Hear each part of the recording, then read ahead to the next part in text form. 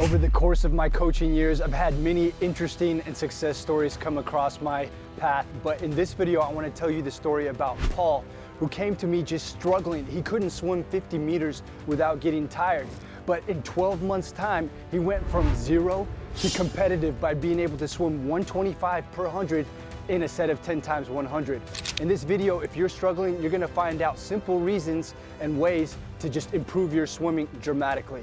I'm Lukas Siska, welcome to the channel. I'm so glad you're here.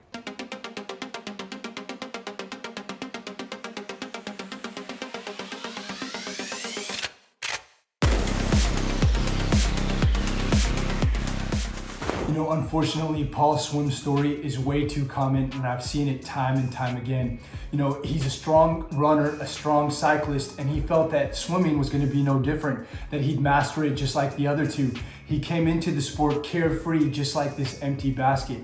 But then when he started having all kinds of realizations that, hey, my legs are kicking way too fast. They're actually sinking. I can't breathe properly. How do I get the timing right with my arms and my legs? How do I catch right? And all these things that go with swimming that just make you feel overwhelmed and frustrated, and that's exactly how he felt. He told me that he couldn't swim 50 meters without getting tired. How in the world was he gonna swim in a triathlon or his dream of actually doing an Ironman one day? And you know what? That's how a lot of people feel, and that's because they try to focus on too many things at the same time. What we did with Paul was systematically break everything down one step at a time. We fixed his body position, that fixed his sinking legs. We fixed his breathing, only focused on that. Then he was getting more comfortable in the water. His frantic kick, we eliminated that. We got his catch right. We worked on his training. Every little thing that goes with swimming, we did it individually. But sometimes when you fix one thing, it fixes 5 other things. And before you know it, his technique was cruising strong, and we just had to build his fitness up. And then he left the program confident and fast, like I let you know in the intro. He finished with the sport carefree, just like this basket, no weight on it. We simplified the process with Paul completely, and we broke down what we wanted to fix into 3 pillars. First, pillar 1 was his fitness and technique together. Pillar 2 was fix the foundations of his stroke, breathing, body position, buoyancy. And pillar 3 was to add feel for the water, increase it, and build power into his stroke.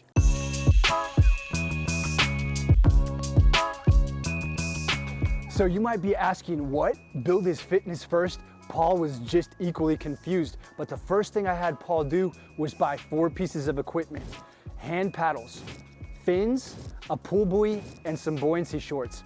These 4 pieces we used immediately because I wanted to build Paul's swim fitness so that grasping the swim technique would become easier. I'm a big believer in building your swim fitness in conjunction with fixing your technique. People who try to fix their technique alone, they progress, but way slower. This is the fastest way to improve. So with building the fitness, he went from swimming 300 meters per session before we started working together to swimming 2K right away. And how? Well, we got those buoyancy shorts there. We got him fins. By using that equipment, that helped build his fitness quicker. And it was essential for him to start getting that volume in. And he's a father of kids, and he worked full time, so he didn't have that much time to waste. So he only could swim 3 times a week. And each time we were trying to get 2Ks worth of volume. And not just volume, he had some structure in there as well. And we'll get to that in a minute.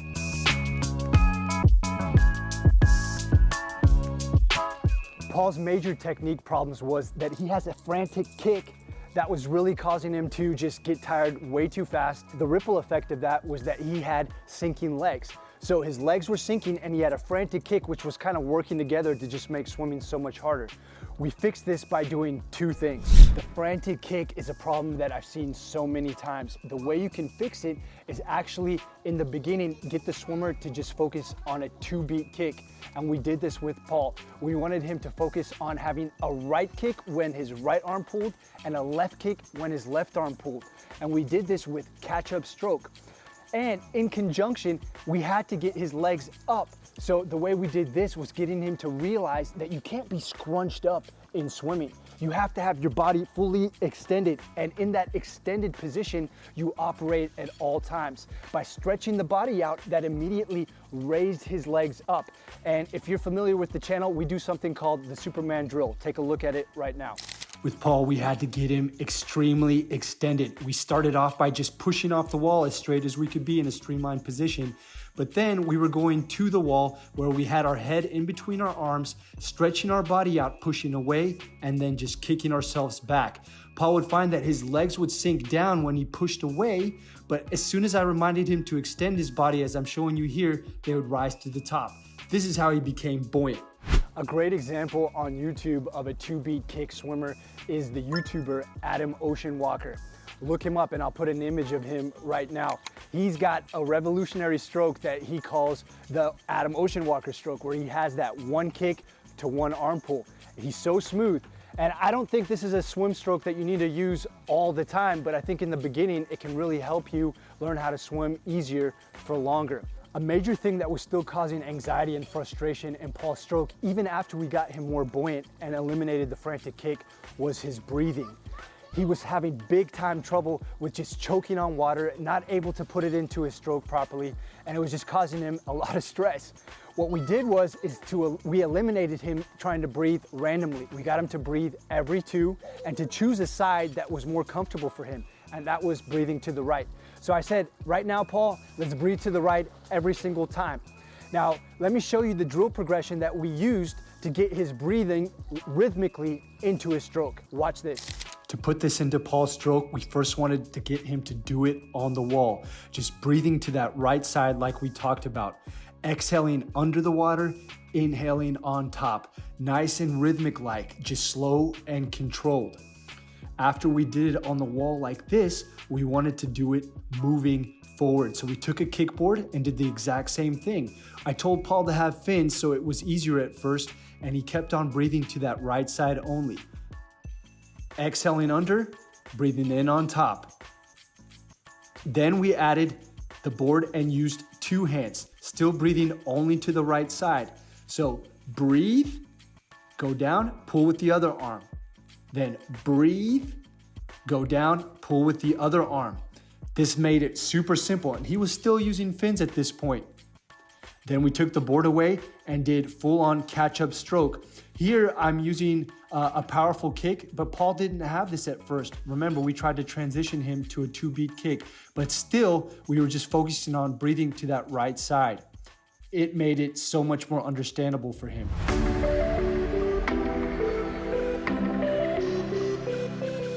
Now, pillar 3, of course, was focusing on his feel and power. Like a lot of new swimmers, Paul had horrible feel for the water. He was just slipping through. And even advanced swimmers have problems with this. One of the first things I wanted him to do was learn how to manipulate the water. And I do this with a drill called water manipulation. You just stand by the side. Well, better yet, let me show you. I got Paul to just stand still in the water and move his hand from side to side, just as I'm showing you here.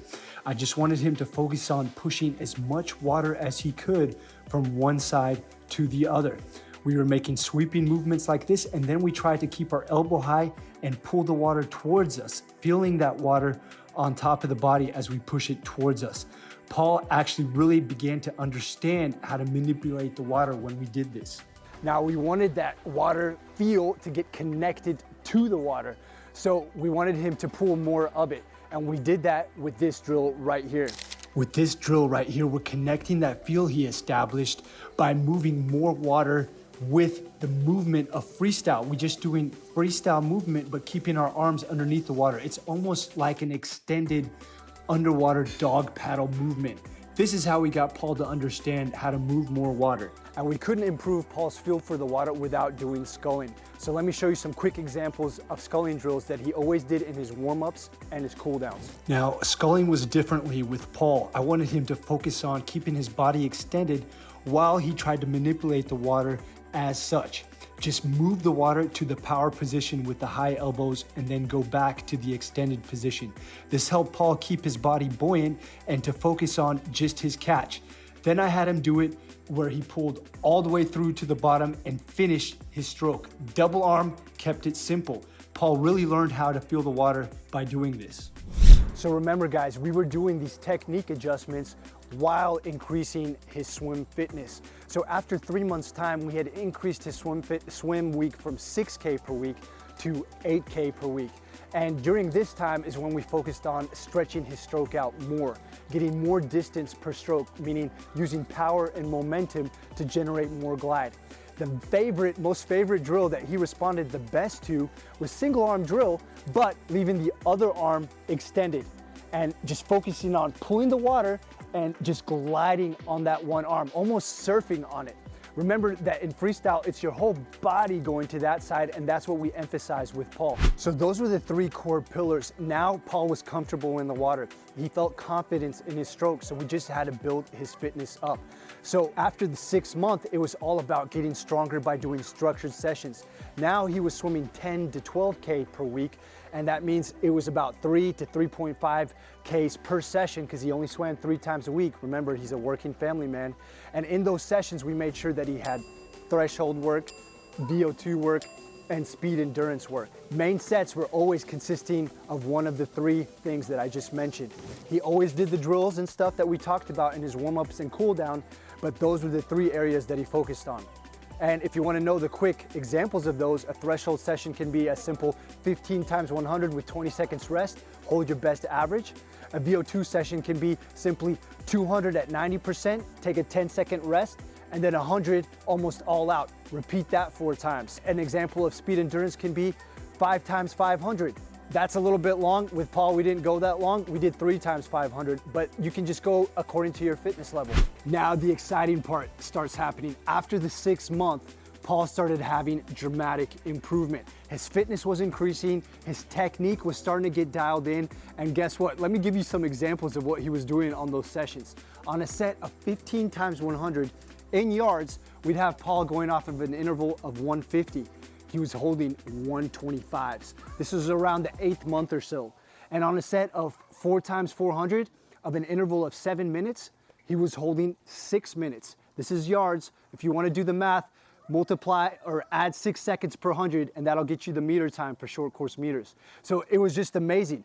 He's super confident and super fast now. Well, super fast for where he came from. Remember, he couldn't swim 50 meters without stopping. And now I told him he's ready to do an Ironman. He hasn't pulled the trigger yet, but that's his next goal.